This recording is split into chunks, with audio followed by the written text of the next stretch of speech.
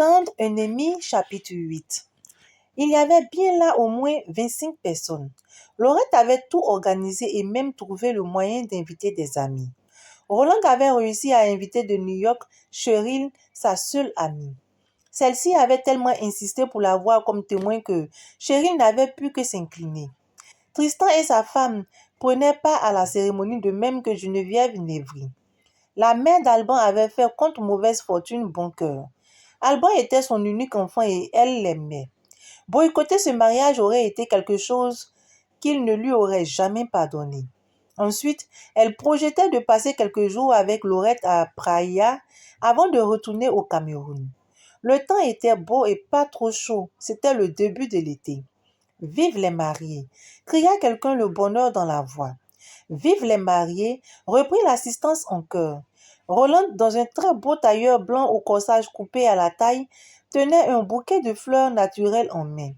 Un bibi en paille au voile relevé était posé sur ses cheveux, rassemblés en un sage chignon sur la nuque. Souriante, elle donnait le bras à un Alban en smoking noir, une rose blanche à la boutonnière, lui aussi souriait. Après les photos d'usage, les invités se retrouvaient au domicile d'un diplomate à la retraite, ami de Laurette. Il vivait à Neuilly, dans une maison dotée d'un jardin, un véritable luxe en France. Pendant qu'on installait les invités, Laurette, Christina, la maîtresse de maison, et Cheryl, le témoin de Roland, s'enfermaient avec les mariés dans une chambre. On devait les parer à la mode traditionnelle. Christina habilla d'abord le marié avec une chemise de dentelle blanche ample à manches courtes, puis lui passa un grand pagne-kita avant de poser sur sa tête la coiffe noire de chef à camp à motifs en or. Sous le pagne, Alban portait un bermuda blanc. À Roland, on mit un corsage blanc à paillettes dorées, puis on lui noua autour des reins un magnifique pagne-kita, tandis que Christina lui posait sur la tête une chaîne en or en guise de diadème. Laurette lui glissait au poignet de lourds bracelets d'or. Ensuite, Laurette passa au cou de la mariée plusieurs grands colliers constitués d'or et de perles. Elle finit la toilette en jetant sur l'épaule de Roland le deuxième pagne-kita, plié comme une écharpe. Les enfants, eux, se trouvaient dans une autre pièce. Parés de kita, ils arboraient des tatouages obtenus au moyen d'une capsule enduite de talc. Quand tout le monde fut prêt, le rassemblement eut lieu dans la chambre où l'on avait habillé la mariée.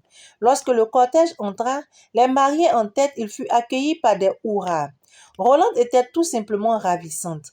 Alban, avec sa peau claire et ses yeux verts, était absolument charmant. Un buffet où se mêlaient mets africains et européens fut offert aux invités. Tous s'amusaient jusqu'au moment où les mariés s'éclipsaient afin de préparer leur voyage de noces. Ils ne purent échanger qu'un baiser avant de se retrouver à l'arrière d'une limousine louée pour la circonstance. Laurette avait été merveilleuse. Elle aimait beaucoup Alban. Sa mère, sœur du père d'Alban, était décédée au moment où la jeune fille entrait au collège. C'est Modeste Névry qui l'a pris en charge jusqu'à la fin de ses études. Pendant toutes les vacances, elle s'était presque toujours retrouvée chez les Névry jusqu'à son premier mariage. Blottie dans les bras d'Alban qui la couvrait de baisers, Roland somnolait tandis que la voiture les emmenait. Oui, ils partaient pour Marrakech comme cela avait été décidé au départ. Alban réfléchissait intensément. Il avait épousé Roland comme il l'avait projeté, mais arriverait-il à gérer cette affaire comme il l'avait imaginé? Il n'avait qu'une hâte, se retrouver avec elle dans une chambre. Il la désirait tellement que cela l'inquiétait. Embrasse-moi, murmura soudain Roland, le tirant de sa rêverie. Il ne put que s'exécuter. Et s'il prenait la résolution de ne jamais toucher à cette femme, qui était légalement sienne, quel prétexte invoquerait-il alors? Bon, il n'en ferait rien pour l'instant, mais plus tard, cela deviendrait une nécessité absolue. Il lui fallait absolument éviter de s'attacher à elle. Ils arrivaient bientôt à l'aéroport.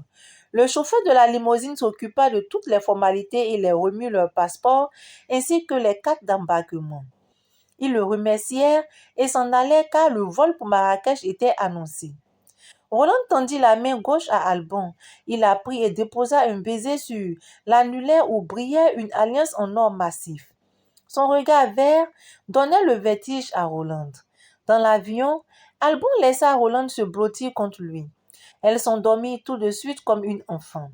Il se sentait quelque peu mal à l'aise quand il se rendit compte que Roland lui faisait entièrement confiance, certaine qu'il l'épousait par amour. Mais il se persuadait d'être dans son bon endroit. Il avait promis à son père de le venger et il s'y attelait. Roland ne tarda pas à se réveiller. Elle se détacha d'Alban et prit une revue qu'elle se mit à feuilleter. Ils avaient retenu leur chambre au Semiramis, un hôtel 5 étoiles appartenant au club des vacances Viva Sun. Elle regrettait de n'avoir que 3 jours à y passer. Il dirigeait des entreprises et ne pouvait se permettre de rester trop longtemps absent. Roland avait cru sage de laisser en place tous ceux qu'elle avait trouvés aussi bien à Originals Press 2000 qu'à Radio One. Alban pouvait quant à lui compter sur son second. Les deux hommes s'entendaient en effet relativement bien, mais plaçaient leur relation dans un cadre strictement professionnel. Alban se retourna et ouvrit les yeux. Roland était penché sur lui.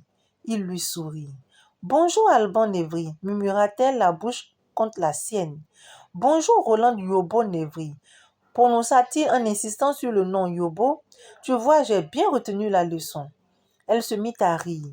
Elle qui n'avait pas manqué d'informer Alban qu'elle entendait conserver son nom de jeune fille tout en portant celui de son mari. Leurs yeux se croisèrent. Alban éclata de rire à son tour. Ils se comprenaient.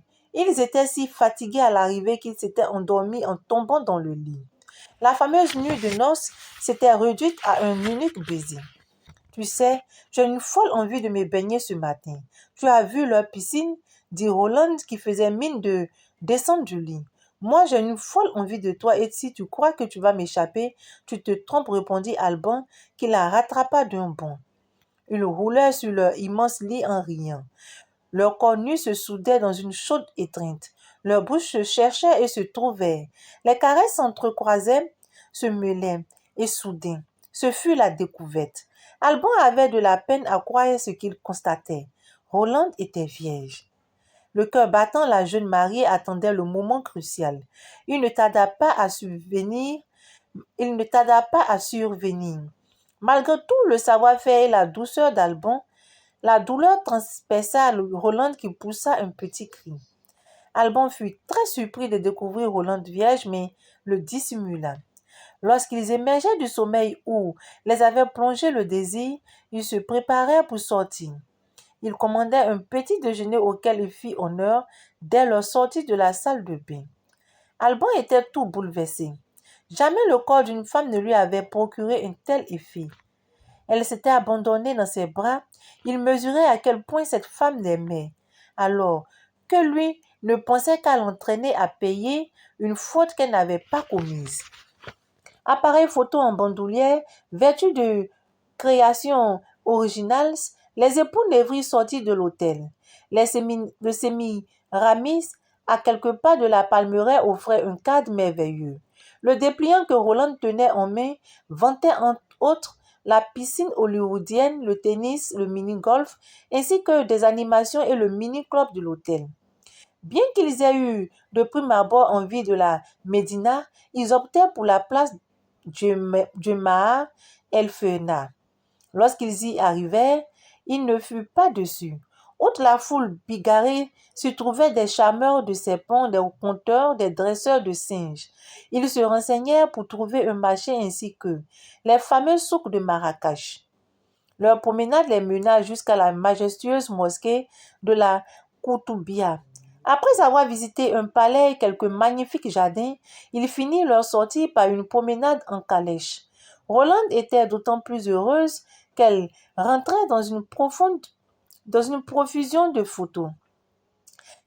avec une profusion de photos. Des passants complaisants et quelque peu curieux de voir des gens habillés de la sorte acceptaient de les photographier Alban et elle. Épuisés, ils retrouvèrent avec joie leur chambre. Il prit une douche et se mit au lit. À peine Alban s'était-il couché que Roland se mit à le caresser. Il se laissait une fois de plus emporter par le désir et le plaisir.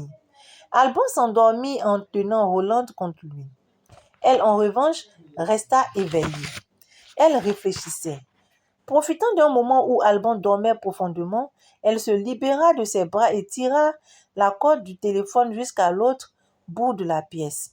Elle composa un numéro, celui de son unique amie, Cheryl, l'américaine qui avait repris l'avion pour son pays dès la fin du mariage. Tout busy, avait-elle répondu, quand on se plaignait de ce retour prématuré. Elle bavardait un long moment. Roland proposa à Cheryl un voyage en Côte d'Ivoire. Elle accepta en riant et promit de prendre quelques jours de vacances en décembre. Lorsque Roland raccrocha, Alban était réveillé. Il la regardait avec un air de doux reproche. Pardonne-moi, mon amour, j'ai troublé ton sommeil, s'excusa-t-elle. Mais il fallait que je parle à Cheryl. Ainsi s'achève notre chapitre 8. Je vous dis à très bientôt. Bye.